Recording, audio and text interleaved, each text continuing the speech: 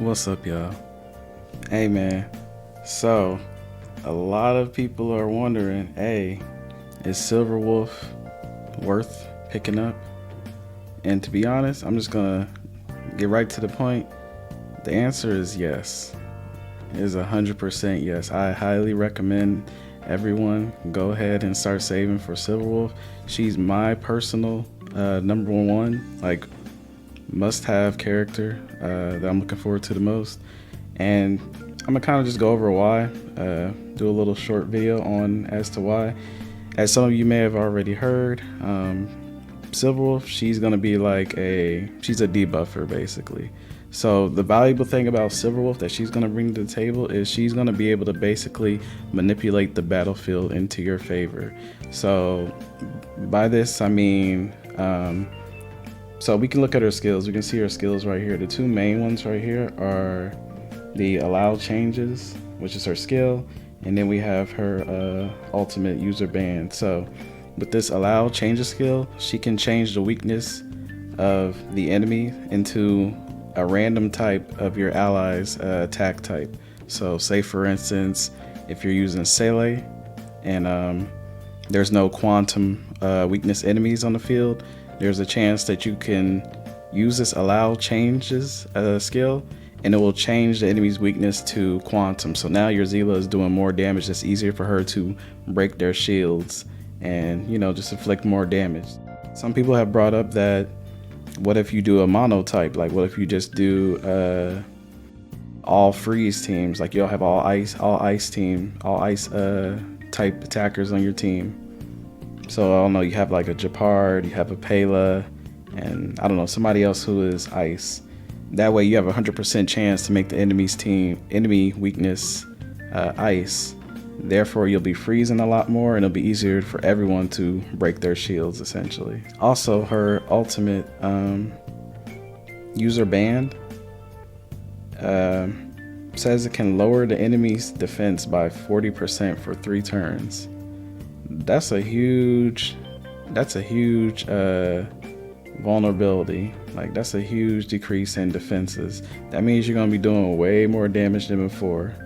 So not only she's over here debuffing enemies, making them weaker so they take more damage, she's also changing their weakness types so you can break their shields easily. I think that's just like a win-win. There's been so many times where I've been playing, or you go in a battle and it's like what the imaginary type. You go against an enemy that's like imaginary type or quantum. Say you don't have Sayla, and you're like, dang, I ain't got no allies on my team that have quantum or imaginary type to break this enemy shield. So now you're just fighting this spongy enemy, and it just lasts forever. Well, Silver Wolf is gonna eliminate all that. She's gonna make battles easier for you. She's gonna make it so you can break the shields easier, and just make like battles just quicker and enemies take more damage, especially those really spongy ones. So that is why I think Silver Wolf is a must pull. It's just her way to manipulate the battle.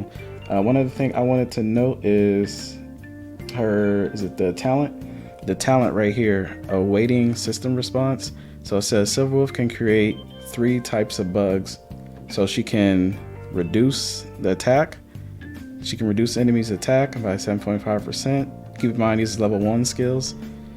They're obviously going to go up the more you level them up, but out of the 3 types of bugs she can inflict on an enemy, she can reduce their attack, she can reduce their defense, and then she can also reduce their speed. Like, she's just a master debuffer. Like, she's just constantly changing the battlefield in your favor, in your advantage, making it easier for you to fight, making your team a lot more flexible.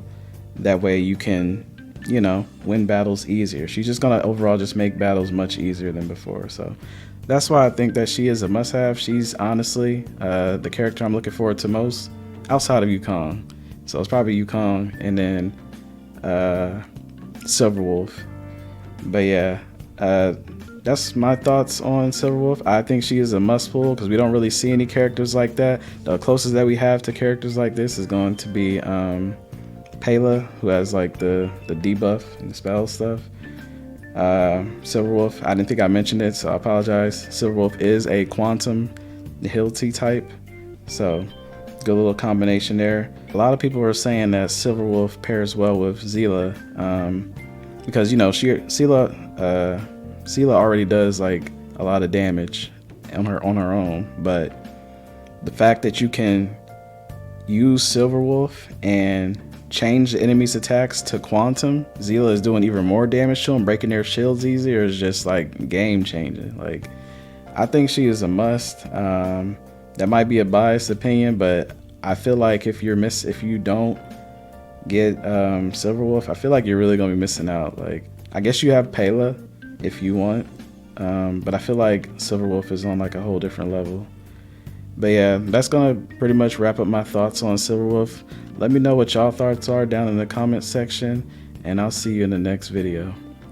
Peace.